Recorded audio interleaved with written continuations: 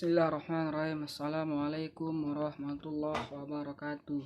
Perkenalkan, nama saya Muhammad Maimun Pawati Huliza, NPM 19210203. Di sini saya ingin menjelaskan mengenai tentang filsafat hukum Islam yang berjudul Objek dan Kegunaan Hukum Islam.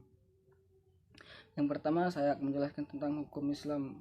Hukum Islam itu mengacu pada pandangan yang bersifat teologis. Artinya hukum Islam itu diciptakan karena ia mempunyai tujuan. Tujuan dari adanya hukum Islam adalah terciptanya kedamaian dunia dan kebahagiaan di akhirat. Jadi hukum Islam bukan tujuan meraih kebahagiaan yang fana dan pendek di dunia semata, tetapi hukum Islam itu mengarah kepada kebahagiaan yang kekal di akhirat kelak.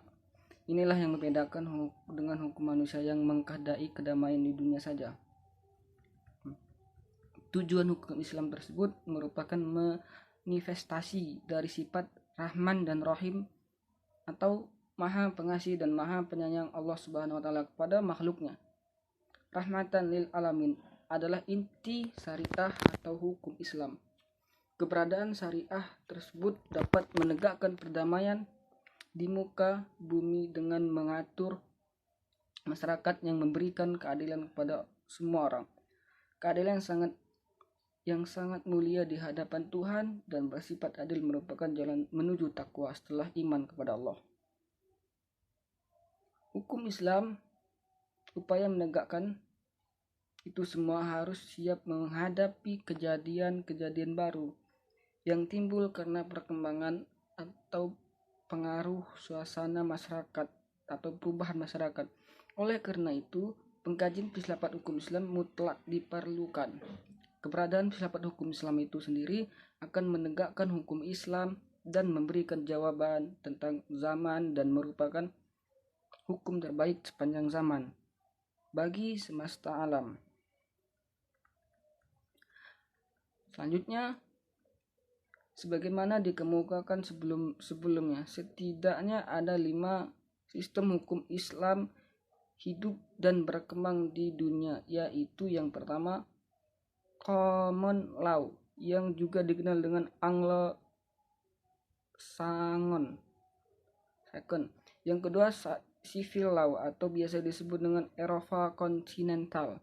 Yang ketiga custom law, yang keempat Islamic law, dan seterusnya sistem hukum sosialisasi komunis.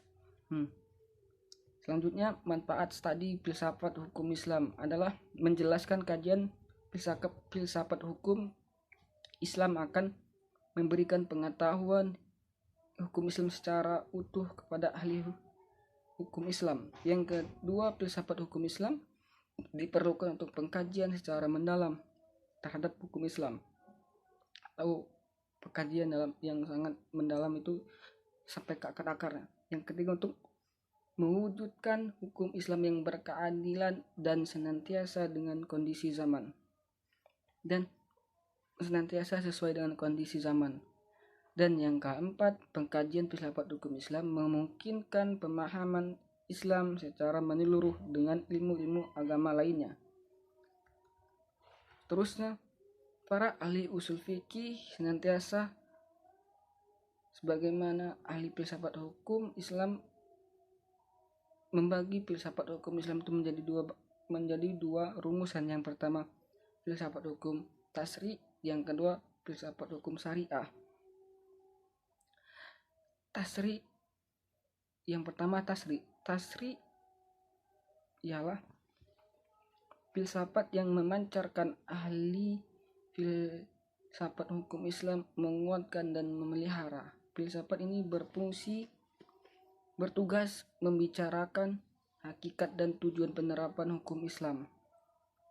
Filsafat tasri terbagi menjadi 5 bagian. Yang pertama da'am al-ahkam atau dasar hukum Islam. Yang kedua mabadi al-ahkam atau prinsip-prinsip hukum Islam. Yang ketiga usul al-ahkam atau pokok-pokok hukum Islam atau masadir al-ahkam, yaitu sumber-sumber hukum Islam. Yang keempat maqasid al-ahkam atau tujuan-tujuan hukum Islam. Yang kelima, qawaid al-ahkam, yaitu kaidah-kaidah hukum Islam. Filsafat syariah. Filsafat syariah yang diungkapkan dari materi-materi hukum Islam seperti ibadah, muamalah, jinayah, uqobah, dan sebagainya. Filsafat ini membicarakan tentang hakikat dan rahasia hukum Islam. Termasuk dalam pengembangan filsafat syariah adalah yang pertama, asrar al-ahkam, rahasia-rahasia hukum Islam. Yang kedua, khasah al-ahkam, atau ciri-ciri khas hukum Islam. Yang ketiga, mahasin al-ahkam, atau keutamaan hukum Islam. Yang selanjutnya, tawabi al-ahkam, atau karakteristik hukum Islam. Yang